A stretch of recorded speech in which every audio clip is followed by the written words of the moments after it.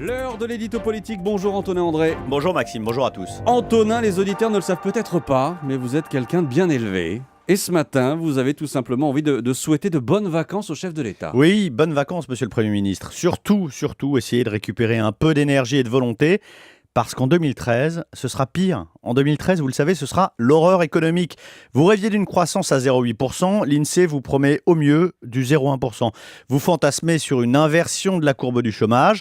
On pourrait friser les 11% en incluant les chiffres de l'outre-mer à l'été.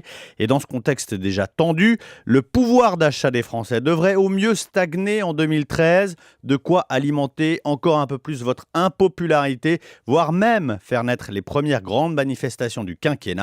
Certains ministres, en tout cas, le redoutent. Dans ce contexte, Antonin, on imagine que la majorité va devoir serrer les rangs pour tenir le cap. Ah oui, bien sûr, le Premier ministre, pour tirer son boulet économique, pourra s'appuyer sur une majorité solide, très solide. Vous savez, celle des communistes du Sénat qui votent avec la droite contre le projet de tarification progressive de l'énergie ou contre la loi de programmation budgétaire.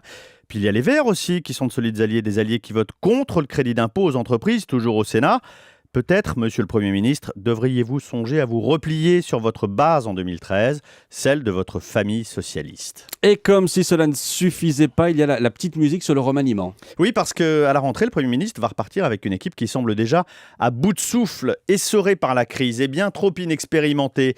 C'est vrai qu'ils ne sont que 5 seulement à avoir déjà, par le passé, exercé des responsabilités ministérielles. Alors que leur reproche-t-on ? D'abord, de s'essuyer les pieds sur la notion de solidarité gouvernementale, à l'image d'un Arnaud Montebourg qui critique publiquement le Premier ministre ou d'une Cécile Duflot qui se démarque sur le traité européen ou sur l'aéroport Notre-Dame-des-Landes. Plus généralement, il y a un manque de souffle politique. Le souffle politique, c'est cette capacité à porter publiquement les réformes. Prenez Pierre Moscovici à Bercy cet automne, était le sien. Budget, pacte de compétitivité, fiscalité, tous les grands chantiers de ce début de quinquennat, c'est Bercy qui les a menés. Et pourtant, il a été l'un des ministres les plus silencieux, les plus en retrait. Un horizon sombre, une majorité friable, un gouvernement fragile. Reposez-vous, monsieur le Premier ministre, le pire est peut-être à venir. L'édito politique d'Europe 1 Matin. Merci Antonin André. Dans un instant...